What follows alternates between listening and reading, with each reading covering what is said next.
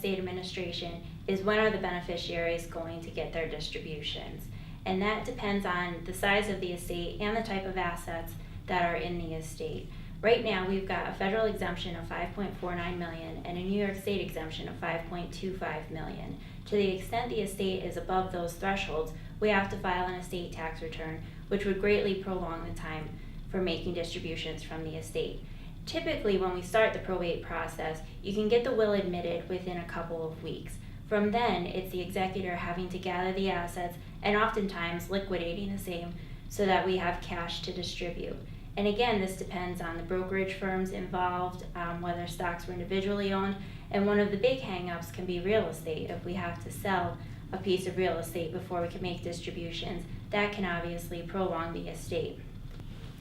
In New York State, we also have a 7-month creditor period, and as long as the executor does not distribute assets within 7 months from the date of appointment, and they didn't know or have reason to know about a creditor, and they don't come forth in that 7-month period, once the executor distributes after the creditor period, they can no longer be liable for that debt, and the debt will remain unsatisfied, and the executor will not have any personal liability.